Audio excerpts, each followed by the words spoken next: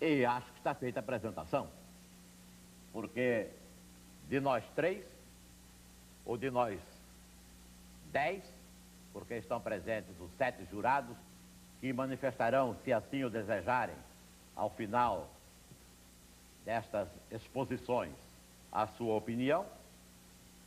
De nós todos, o único que precisaria apresentar-se sou eu.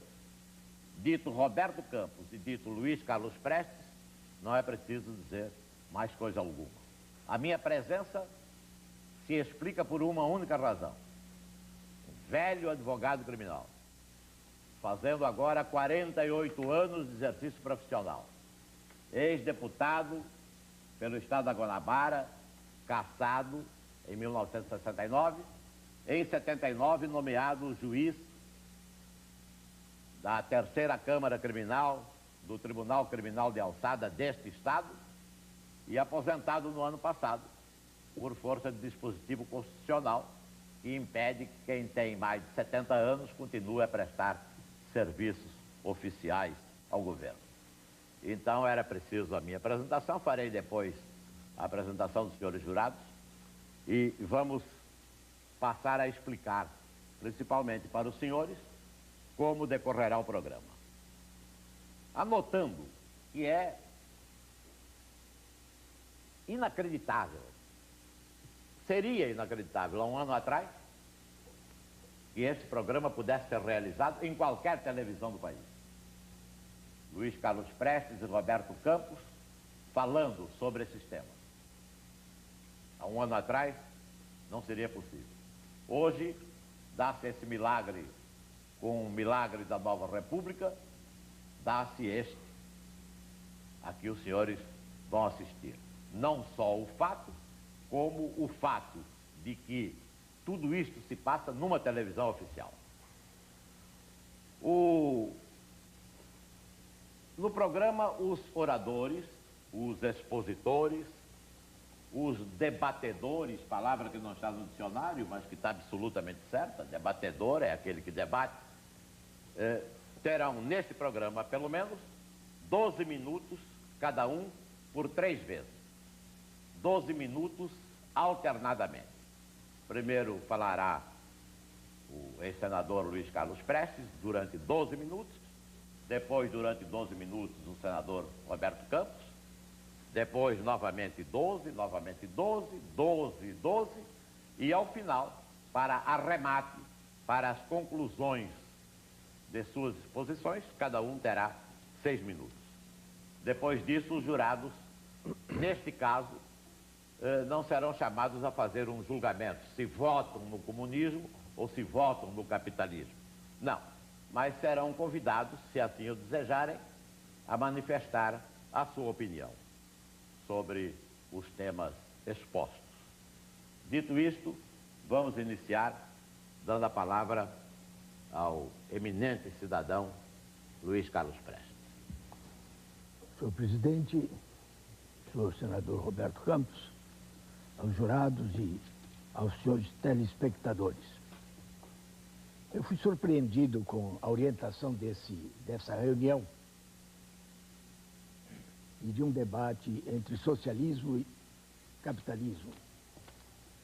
Solicitei da TV educativa uma informação sobre o que seria essa sessão, essa reunião, porque não pretendia de forma alguma defender uma tese, uma opinião, com a ilusão de conseguir do senhor senador Roberto Campos que ele mudasse de opinião. Seria uma ingenuidade de minha parte. De maneira que estou tanto ou quanto surpreendido. Naturalmente, não vou propriamente fazer a defesa do socialismo. O socialismo me preocupa a mim, aqui no Brasil. Para defender o socialismo, eu teria que defender as sociedades socialistas já existentes hoje no mundo.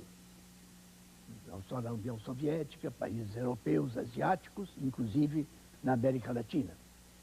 Isso a mim seria muito agradável, mas penso que o melhor e o mais acertado para um programa de televisão é mostrar o que é o capitalismo aqui no Brasil. Eu fui educado, ou melhor, nascido no Rio Grande do Sul. Eu fui educado no Rio de Janeiro. E confesso que jamais vi tanta miséria nessa capital. Não são somente os assaltos, é a fome hoje. Famílias inteiras dormindo nas calçadas. O grau de miséria atingido hoje em nosso país, depois desses 21 anos de ditadura e de tirania, é para todos nós terrivelmente doloroso. Hoje existem em nosso país nunca menos de 30 milhões de seres humanos que não comem o indispensável para sobreviver. Essa é a primeira constatação. E aqueles que trabalham recebem salários de fome. Ainda agora, após a eleição do senhor Tancredo Neves, a grande imprensa, todos os meios de comunicação afirmaram, com grandes manchetes, que reconquistamos a democracia, que o militarismo havia desaparecido do Brasil. Vivemos agora numa nova república. Nesse sentido, eu tenho a mesma opinião do senador Roberto Campos no seu artigo no domingo último, que ele conclui com uma frase que por mim já havia sido pronunciada de outra maneira, de outra forma. Que não é hoje no Brasil nada mais parecido com a República Velha do que a República Nova, ou a Nova República. No estado de São Paulo e no Globo de domingo. Eu, quando soube do aumento de salário mínimo em 1º de maio, é que verifiquei que a República Nova já nascera velha. É evidente para todos os brasileiros, é sabido, que o salário mínimo é a base de toda a escala salarial. 2, 3, 5, 10, 15, 20 salários mínimos. Mas a grande massa recebe salário mínimo ou menos que o salário mínimo. 166 mil cruzeiros até 1º de maio. Uma defasagem de mais de 65%. Segundo o Diese, 65,9% em relação ao salário mínimo de 1940. E um líder operário, durante a campanha eleitoral do senhor Tancredo Neves, perguntava-lhe como terminar com essa defasagem, se ele seria capaz, se ele acabaria com isso.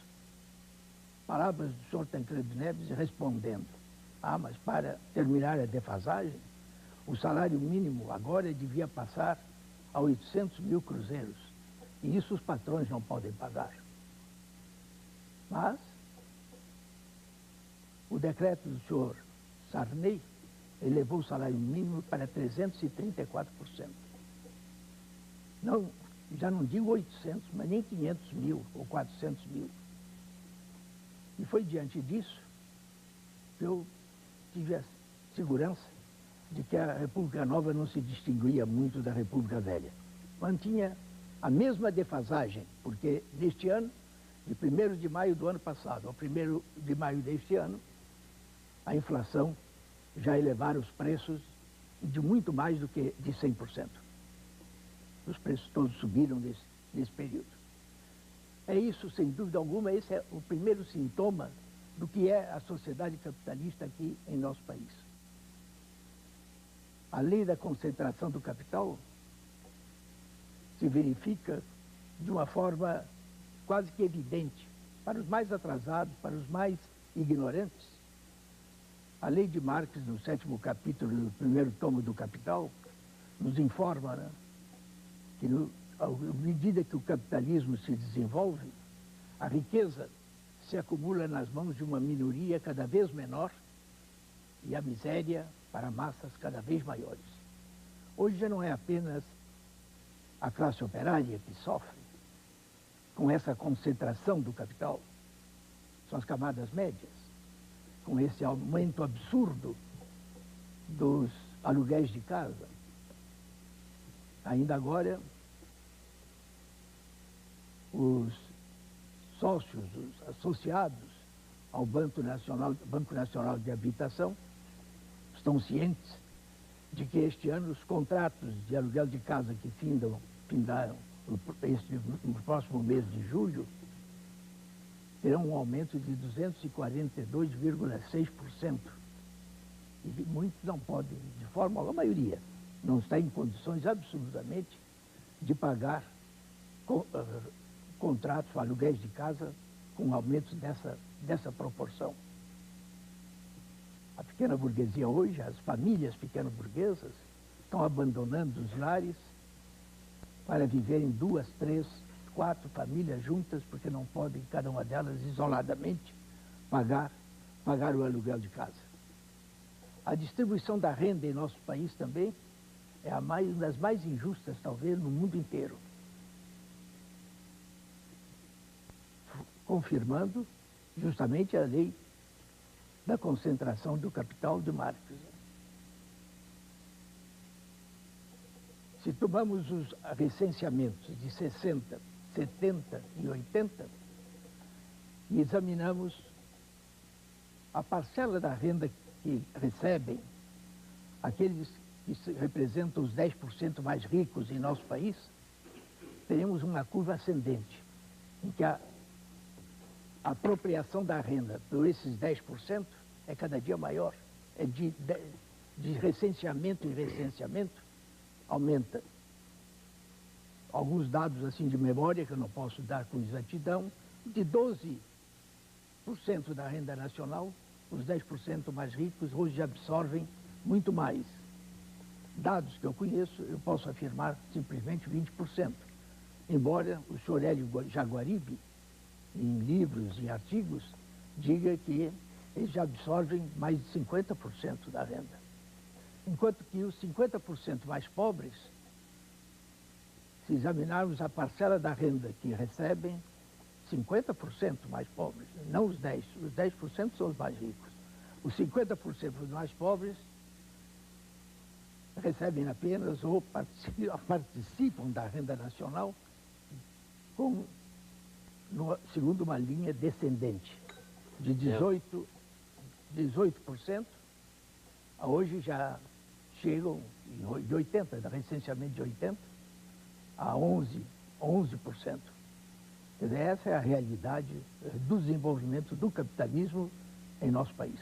Devo observar o ilustre orador que ainda lhe restam 2 minutos nesta fase. De maneira que isso é que mostra a realidade do capitalismo brasileiro. E, além disso, uma série de grandes problemas, né, que enfrentamos há muitos anos e que aí até hoje não estão resolvidos. Porque o capitalismo distribui o dinheiro do povo de uma maneira bastante estranha, né? Não há dinheiro para resolver os problemas mais importantes da nação, como o problema da terra, o problema da instrução pública, o problema da saúde pública, que se tornam cada vez mais graves, porque é o armamento, são as forças armadas, a polícia, a burocracia, as mordomias, que absorvem a parte do gigante, a parte decisiva do orçamento. E para a instrução pública, 2%. Para a saúde pública, igual ou menos do que isso. Só existe até hoje, agora, na América Latina, um país que resolveu esses grandes problemas. Tanto o problema da terra, como o problema da instrução pública, como o problema da saúde pública. Cito da saúde pública porque é aquele por qual eu posso dar um número, confirmado ainda há poucos dias pelo economista Betting, que veio de Cuba. É que em Cuba a mortalidade infantil já está reduzida a 15 Em 1000 crianças que nascem vivas, apenas 15 morrem antes de completar o primeiro ano de vida. Tempo de Vossa Excelência está esgotado nesta fase. Enquanto que aqui no Brasil, na capital de São Paulo, é de cerca de 100%. Muito obrigado. Eu passo a palavra agora ao ilustre senador Roberto Campos, por 12 minutos, permitindo-me Sua Excelência que aos 10 eu lhe chame a atenção para seu benefício.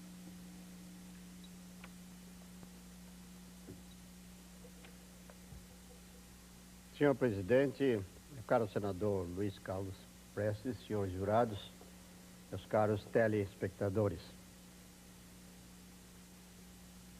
Tudo me separa do senador Luiz Carlos Prestes, mas uma coisa nos une, a firmeza de nossas convicções. Nem ele, nem eu sacrificamos coerência de princípios, quer para assaltar o poder, quer para agradar aos poderosos. Ele foi sempre de uma coerência obstinada. E eu fui sempre, como dizia o meu amigo Nelson Rodrigues, um idiota da objetividade. Mas talvez até eu tenha tido um pouco mais de versatilidade. Em minha juventude também fui socialista. Acreditava no poder do Estado para reformar o mundo, se não criá-lo de novo. E cheguei mesmo, em vista do meu ímpeto nas Nações Unidas, ímpeto crítico contra as nações líderes, cheguei a ser chamado pelo ilustre ministro Oswaldo Aranha de comunista. Verifiquei logo, entretanto, que é uma ilusão pensar que o socialismo reforma o mundo, torna apenas o mundo mais autoritário. O mercado tem mais informações do que o governo, erra menos do que o governo e se autocorrige mais. E, além disso, o mercado é uma verdadeira forma de democracia econômica, equivalente ao voto da vida política. Na realidade, o mercado é uma democracia permanente, em que cada cidadão vota diariamente, quando na vida política ele vota raramente. Por isso passei a acreditar nos valores liberais associados à ideia do capitalismo, que é um nome que gera confusões. Quando se fala em capitalismo, habitualmente se tem a impressão de que se está acentuando a predominância da remuneração do capitalista. Ora, a história da evolução ocidental revela que o que tem realmente crescido como participação na renda nacional é a renda dos assalariados. Se tomarmos a grande potência capitalista dos Estados Unidos, tomemos um ano como 1940, os salários representavam 63% da renda nacional e em 55 já representavam 68%. Já a fatia de remuneração de dividendos, aluguéis e juros havia declinado no mesmo período de 14% para 9%. Não é, portanto, o tamanho das fatias de remuneração que define o capitalismo. É o uso de processos capitalistas de produção. Quer dizer, a utilização de máquinas e de equipamentos através de um processo indireto.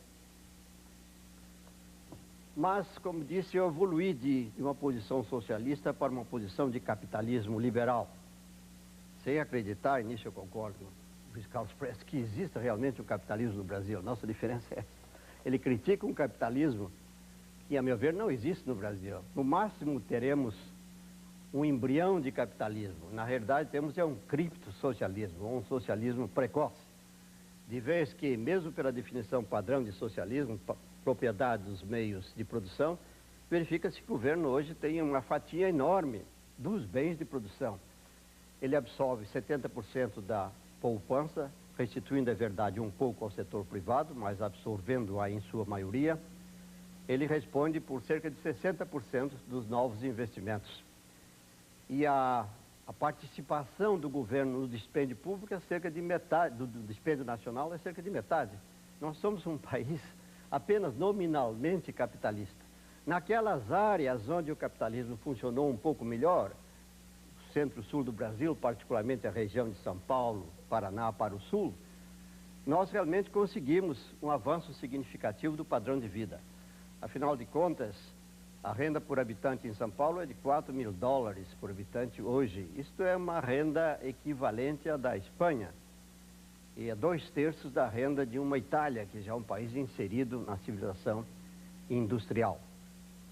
Não se pratica no Brasil o verdadeiro capitalismo privado, pratica-se no Brasil um semicapitalismo de Estado, com a tirania política e a economia, a ineficiência econômica, daí resultam.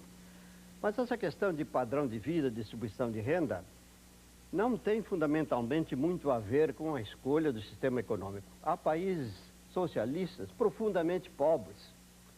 Tomemos o caso da Ásia e tomemos o mesmo coeficiente racial. Tomemos a raça chinesa, a raça cínica. Comparemos a China continental, que agora, felizmente, está virando um pouco capitalista e, com isto, acelerando seu crescimento e melhorando seu padrão de vida.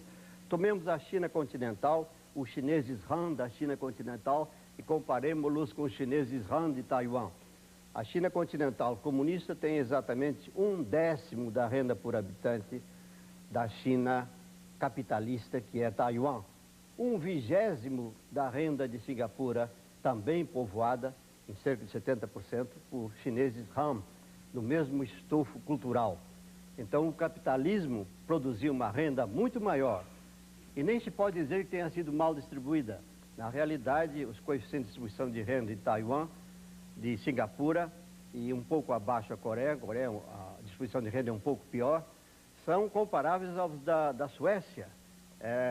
A distância entre a remuneração mais alta, o quarto quartil e o quartil mais baixo é de 4:1, que é uma distribuição de renda perfeitamente aceitável, provavelmente melhor do que a existente na União Soviética, onde grande parte dos privilégios afluem não para o proletariado, porque aquilo nunca foi uma ditadura do proletariado, e sim para a nomenclatura, pois que é uma ditadura do partido com excepcionais privilégios para a nomenclatura.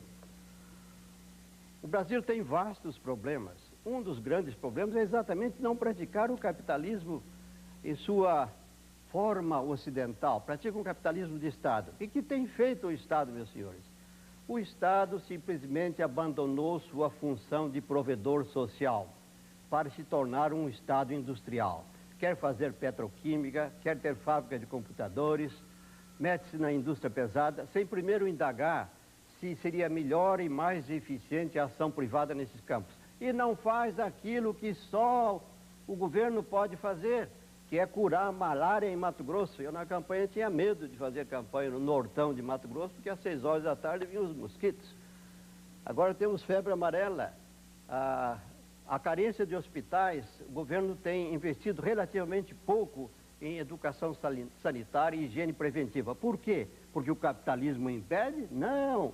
O Banco Mundial, que é uma entidade capitalista, vive recomendando que o governo abandone essas aventuras industriais ineficientes e passe a trabalhar naquelas áreas que são áreas governamentais, que não podem ser trabalhadas pela iniciativa privada. Não, meus senhores, os pecados de desigualdade de renda, de ineficiência produtiva do Brasil, não são pecados capitalistas, são violações da posição capitalista, de que o governo se deve concentrar na sua função de provedor industrial. Apenas subsidiariamente ele pode se tornar um agente industrial. Mas, meu caro senador, comparemos zonas de contraste, onde é possível verificar-se a eficiência dos dois sistemas quase que tatilmente e certamente visualmente. Coreia do Sul e Coreia do Norte. Não há comparação em termos de eficiência econômica, de padrão de vida, de bem-estar social, de satisfação social e até mesmo de liberdade política, conquanto Coreia do Sul seja um Estado autoritário, é menos do que Coreia do Norte. Claramente é Coreia do Sul, a mesma raça, mais pobre em recursos naturais, porque os recursos naturais estão no Norte, avançou muito mais, a Coreia do Sul avançou muito mais do que a Coreia do Norte. É hoje um país que exporta mais que o Brasil. E que, partindo de um nível de renda miserável, em breve se ombreará com o Brasil. Enquanto Taiwan, partindo de um nível de renda muito inferior ao do Brasil, quando estive lá em 1964, era uma miserável favela. Hoje tem 3 mil dólares por habitante, 30% a mais do que o Brasil, coisa que parecia incrível. Comparemos a Alemanha Ocidental e a Alemanha Oriental. Um socialista, outro capitalista. Quem é que está financiando a Alemanha Oriental? É a Alemanha Ocidental. Onde há melhores condições de vida? É na Alemanha Ocidental. Para onde querem fugir as pessoas? Para a Alemanha Ocidental. Ninguém foge para a Alemanha Oriental. A rigor, um grande critério para se julgar da capacidade dos sistemas de produzir satisfação econômica e satisfação social é perguntar qual é o problema básico do país. É impedir que os imigrantes venham, entrem no país, ou é impedir que os seus habitantes saiam?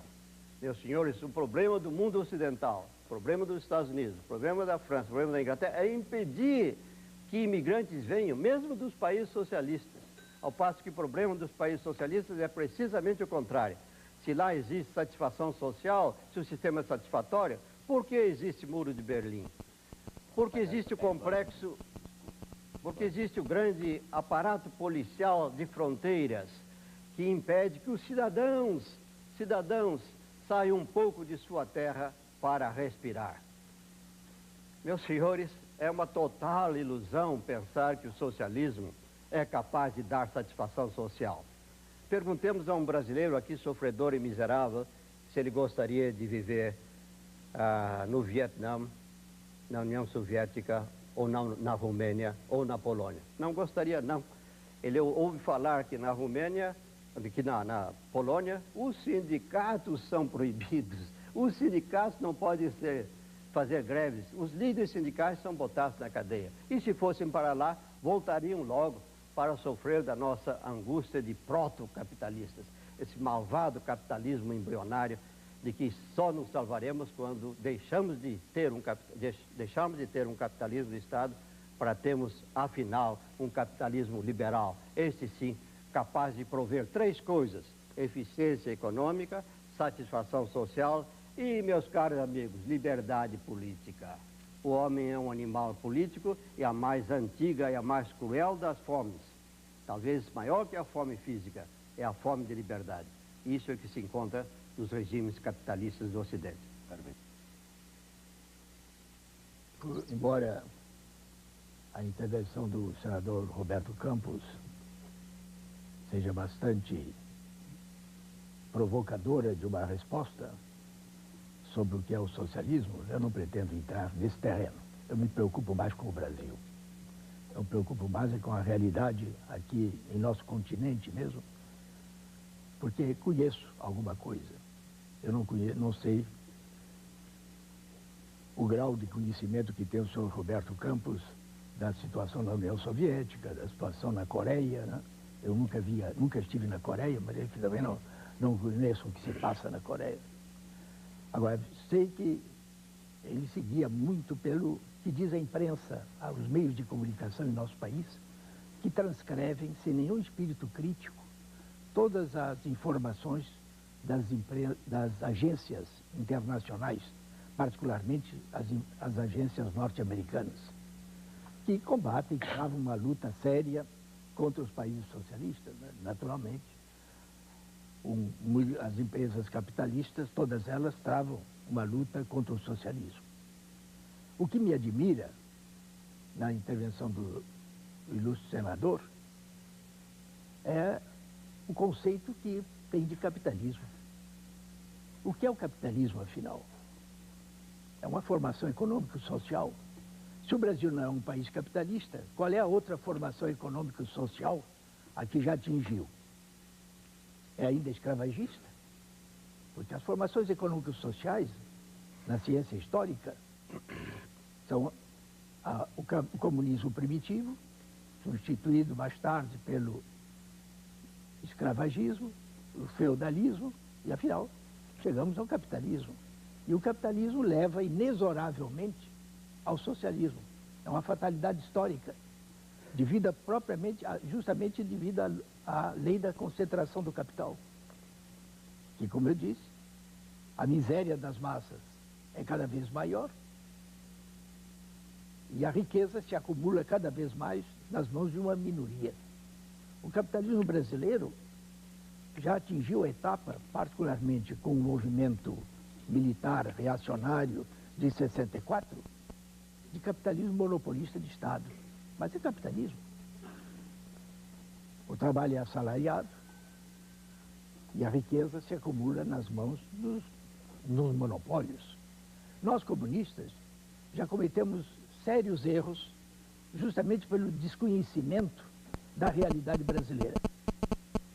Em 1945, nós, comunistas, afirmávamos, né, que enquanto não fosse acabado, liquidado o latifúndio e terminada a dominação imperialista, que o capitalismo não se desenvolveria no Brasil. Isso nos levou a cometer erros ainda cada vez maiores, porque era uma compreensão completamente falsa da realidade brasileira. Naquela época, os sociólogos brasileiros ainda não haviam examinado suficientemente essa realidade. Eu, como universitário, o que havia de melhor na literatura sociológica brasileira, eu havia lido. Eu conhecia a obra de Euclides da Cunha, a obra de Alberto Torres, a obra de Oliveira Viana, porque os novos sociólogos apareceram particularmente na década de 50. Um deles, talvez um dos mais ilustres, o Sr. Florestan Fernandes, ele é de opinião de que o Brasil, já desde o fim do século passado, é um país capitalista. A escravidão negra durou até 88, mas desde que o Brasil conquistou a independência política, no princípio do século passado, o capitalismo começou a se desenvolver no país. Não era ainda a formação econômico-social dominante, porque ao lado continuou a escravidão negra. Mas à medida que a escravidão negra tendia a morrer, a desaparecer, particularmente depois que cessou o tráfico nos meados do século passado, o capitalismo se desenvolvia.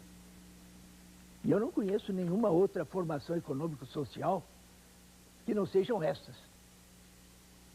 O escravagismo, o feudalismo, o capitalismo e o socialismo. Inventa-se uma outra? Quer dizer, o Brasil é um país capitalista. E foi justamente porque não conhecíamos essa realidade, como ainda hoje não conhecemos, porque ainda não há uma análise científica da realidade brasileira. Há contribuições importantes, como particularmente de Florestan Fernandes, de Fernando Henrique Cardoso, do próprio Celso Furtado, que é um economista burguês, mas que trouxe contribuições valiosas para a análise da realidade brasileira. O Brasil é um país capitalista. Negar isso me parece bastante difícil. E a lei da concentração do capital nesse país capitalista está se verificando quase que para os cegos. Só não vê que essa lei está se aplicando aqui no Brasil, desde a questão do milagre econômico, né, de 68 a 73, e mesmo posteriormente a isso, com o desenvolvimento relativamente acelerado da economia brasileira. Agora, quanto ao socialismo aqui na América Latina, o que há é Cuba socialista, já construiu a sociedade socialista. E nesse sentido, como o acesso a Cuba é mais fácil do que a União Soviética, a própria imprensa brasileira, os meios de comunicação, né, atacam, criticam menos Cuba do que a União Soviética e outros países socialistas, porque milhares de cidadãos brasileiros já visitaram Cuba e já reconheceram o que é o socialismo em Cuba. Nós, em 1975, nós, comunistas da América Latina, todos os partidos comunistas da América Latina, nos reunimos em Havana. Procuramos examinar a realidade latino-americana e chegamos à seguinte conclusão: o capitalismo já não resolve nenhum grande problema em nossos países. Nem o problema da terra, nem o problema da fome, nem o problema da instrução, nem o problema da saúde pública. Nenhum deles ele mais pode resolver. É necessário uma outra formação econômico-social. E é um homem que é um líder operário de talento, mas que não tem ainda, não chegou ainda a ideologia do proletariado. O Luiz Inácio Lula da Silva. Depois de dirigir 3 greves econômicas, em 78, 79 e 80, afirmava ele. É possível até que já tenha esquecido essa afirmação, porque passou a ser um líder político, está envolvido nessa politicagem já. Mas como líder operário, como líder sindical, ele afirmou, naquela época, com tanto quanto desanimado, depois de dirigir 3 greves econômicas, não basta aumentar o salário, dizia ele, é necessário mudar o regime. Quer dizer, é isso que é a realidade, chegar a um outro regime. Cuba resolveu esses problemas a que eu me referi. O problema da terra foi resolvido logo nos primeiros anos, após a Revolução, que levou o senhor John Kennedy, o democrata John Kennedy, a cometer o erro político que cometeu, pensando matar Cuba, matar o povo cubano, suspendendo o fornecimento de petróleo a Cuba. Porque Cuba é uma pequena ilha que não possui nenhum combustível, nem petróleo, nem carvão, nem quedas d'água, nem mesmo florestas ou matas. Cuba dependia do petróleo para fazer funcionar as suas usinas de açúcar. E foi cortado. Cuba teve que receber petróleo de outra parte, procurar a União Soviética. Como ainda agora, o presidente da Nicarágua, diante das ameaças do senhor Reagan, com essa perversidade de pretender matar de fome o povo nicaragüense, com o boicote do comércio com os Estados Unidos, que era o maior mercado para a Nicarágua, foi a Moscou para pedir socorro, para ver como pode ser ajudado. E teve ajuda imediata. Já os jornais mesmo, as agências americanas mesmo, afirmam que a União Soviética já forneceu um crédito de 500 milhões de dólares aos sandinistas, à direção sandinista da Nicarágua. Mas se Cuba resolveu esse problema da terra, mesmo tendo que resistir a essa resposta do Sr. Kennedy, resolveu, em 15 anos, outros problemas dos mais sérios, né? E foi o problema da instrução pública para o povo cubano. Já no primeiro ano após a Revolução, o analfabetismo foi eliminado. E as outras chagas do capitalismo em Cuba, que eram a prostituição, porque a mulher cubana era prostituta para os turistas americanos, a outra chaga era a mendicância, porque o operário, o cortador de cana em Cuba, recebia salário durante 4, 5 meses, e o resto do ano não tinha salário. Ia pedir esmola... Me permita observar-lhe que tem mais 2 minutos. Ia pedir esmolas no aeroporto aos turistas americanos. Essa era a realidade de Cuba. Resolveu também o problema da instrução e o problema da saúde pública. Eu vou me limitar à saúde pública, porque é sabido o que é essa mortalidade da infância em nosso país, né? Mesmo na capital de São Paulo, o maior centro industrial da América Latina, de 1.000 crianças que nascem vivas, pelo menos em 79, no ano de 79, que é o último número que eu conheço, porque eu depois não fiz outras investigações, 97 crianças. Em Recife vai a 250, no Ceará vai a 300. Essa é a mortalidade infantil no Brasil, né? Em Cuba, essa mortalidade está reduzida, em 1980, a 15 em 1.000. De 1.000 crianças morriam apenas 15. E o senhor Joinville Berti, agora vindo de Cuba, diz que esse número já está reduzido a 14. Quer dizer, tende, portanto, a diminuir. E quanto à instrução pública, toda criança entre 7 e 14 anos está na escola. Curso de 9 anos, que não se encontra uma criança entre 7 e 14 anos vendendo jornais ou engraxando sapatos, como aqui no Brasil e em outros países da América Latina. Entendido? Terminou o tempo, Vossa Excelência, exatamente. Continuando a sua exposição, o eminente senador Roberto Campos tem novamente 12 minutos, me permitindo que eu o previna aos 10, de que faltarão 2. Senhor presidente, eu compreendo a dificuldade do ilustre senador Luiz Carlos Prestes em determinar se o Brasil é um país capitalista ou não, simplesmente porque o capitalismo não é um dogma como o socialismo, é um processo. Há várias formas de capitalismo em constante mutação, e essa é uma das vantagens do sistema. pode absorver enormes variantes, inclusive variantes socialistas.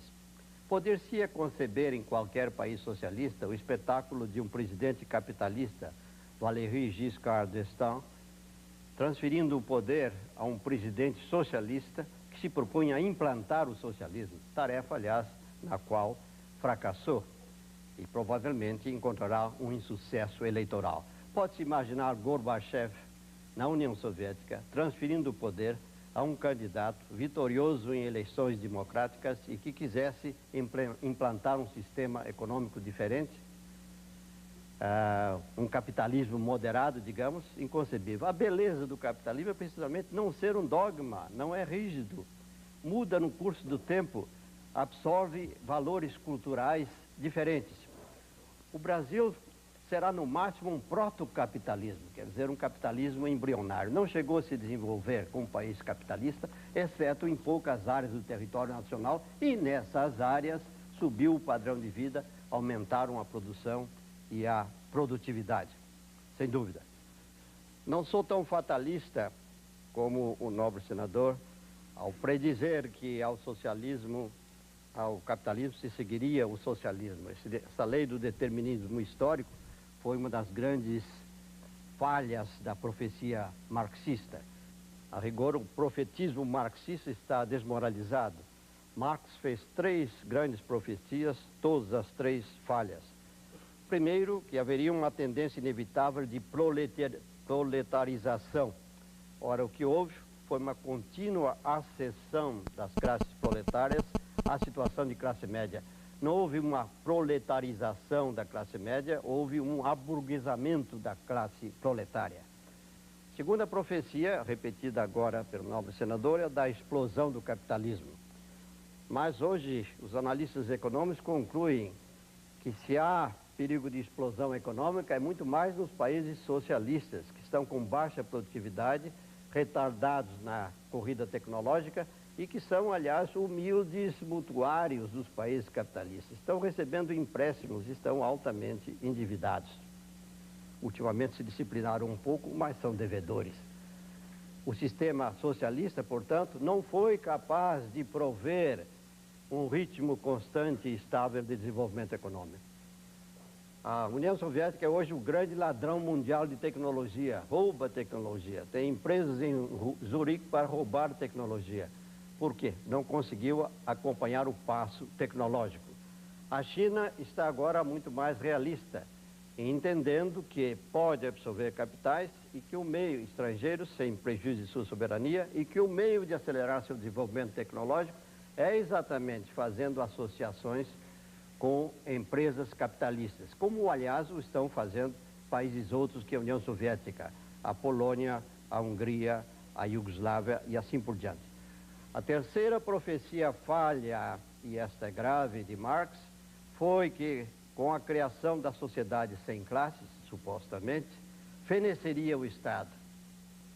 Desaparecido o conflito de classes dos países socialistas, feneceria a mão opressiva do Estado. Meus senhores, nunca o Estado foi tão opressor, tão tirânico, tão despótico, como nos países socialistas, que não admitem liberdade de viagem, onde ninguém pode escolher a sua profissão, onde o operário não pode escolher o lugar onde trabalha, onde não pode fazer greve. O Estado opressor não é uma figura dos regimes capitalistas. Nesses, os governos capitalistas caem às vezes e são substituídos por partidos de orientação socialista, como sucedeu na França, sucedeu já no passado na Inglaterra, houve agora uma reação conservadora, como sucedeu na Alemanha, onde várias vezes se alternaram o Partido Cristão Democrático, de tendência socialista, e o Partido Social Democrático, que é de tendência socialista. Na Itália, nós assistimos agora ao fenômeno de um país capitalista, onde o maior partido é um partido capitalista de democracia cristã, governado por quem? Por um socialista. Cite um caso da Cortina de Ferro onde isso poderia existir. Mas voltemos ao caso de Cuba. Sem dúvida nenhuma, Cuba conseguiu aquilo que Churchill chamava uma distribuição equitativa da miséria. Churchill distinguia entre capitalismo e socialismo. Dizia ele, o capitalismo distribui injustamente a riqueza, o socialismo distribui equitativamente a pobreza. O que Cuba está fazendo é uma distribuição equitativa da pobreza. Fez uma obra social importante de saúde, de educação primária, mas Cuba, ao início do processo, era um dos países de mais elevada renda por habitante da América Latina, com terras fertilíssimas. Dependia pouquíssimo de importação de alimentos. Hoje, Cuba, após 25 anos de revolução, o que é Cuba? É um país totalmente dependente da monocultura do açúcar. Ainda representa 90, 92% da produção agrícola. Cuba, com terras fertilíssimas, ao invés de ser exportador de alimentos, que é Cuba, gasta 25% da receita de suas exportações para importar alimentos. O Brasil, que não é um modelo de produtividade agrícola, gasta apenas 5% da sua renda de exportações para produzir alimentos, ou para importar alimentos, quero dizer. Lembro-me da Conferência de Punta del Este, em 1961, quando ouvi de Che Guevara afirmações do seguinte tipo: em 10 anos, Cuba será o maior produtor de aço da América Latina e o maior produtor de níquel. Senhores, não é uma coisa nem outra. É ainda uma melancólica monocultura. E um país que visivelmente se empobreceu. E um país que perdeu 10% da sua população. Imagine se fosse esse paraíso terrestre que nos indica o senador. Fugiriam os cubanos de canoa para Miami e para outras áreas do Caribe? Não, não fugiriam. Ficariam nesse paraíso terrestre, onde tem tudo. Educação, saneamento. Na realidade, Cuba não fez outra coisa senão distribuir equitativamente a pobreza. É o mérito, é o mérito. É melhor ter uma pobreza igualmente distribuída do que ter desigualmente distribuída. Mas é muito melhor ter também riqueza a distribuir. É isso que os países socialistas não têm assegurado. Contemplemos a agricultura. Marx disse, de certa feita, que a vida rural era uma cretinice, falou na cretinice da vida rural. Que crueldade. E houve uma vingança, a vingança dos camponeses. Praticamente nenhum país socialista conseguiu êxito na agricultura. A Rússia continua sendo, apesar de suas terras férteis e suas longas extensões aráveis, o maior importador de alimentos do mundo. Importa 20% do comércio mundial de alimentos. 46 milhões de toneladas de grãos. Os países da cortina de ferro que lograram melhorar as condições de vida rural e tornar a agricultura mais atraente foram precisamente aqueles que liberalizaram sua agricultura e que introduziram incentivos de mercado na agricultura.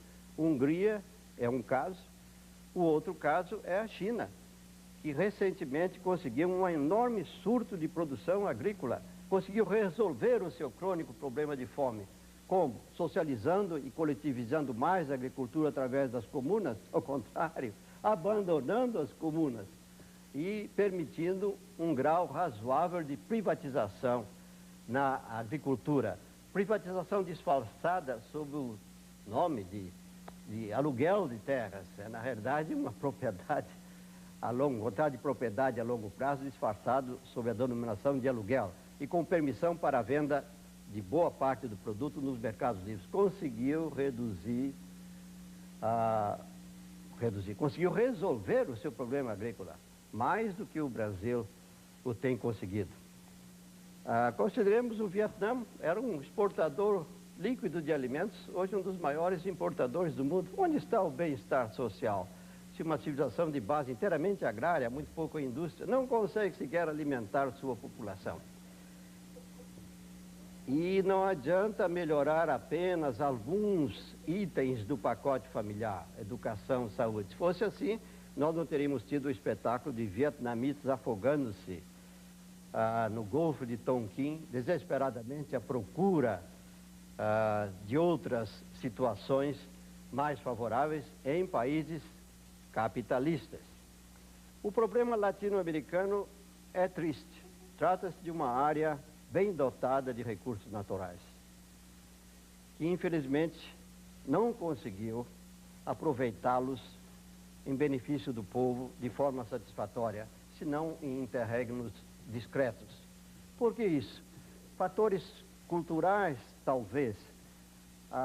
Sabemos que a herança portuguesa e espanhola não foi uma herança capitalista, muito mais uma herança mercantilista.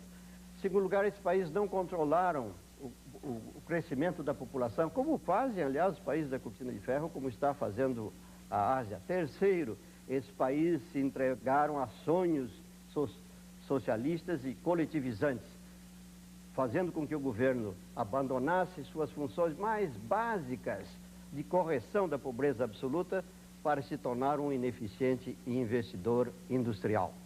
Este é o problema da América Latina: insuficiente capitalismo, não excessivo capitalismo. Ora, acabemos com esse romantismo de Cuba.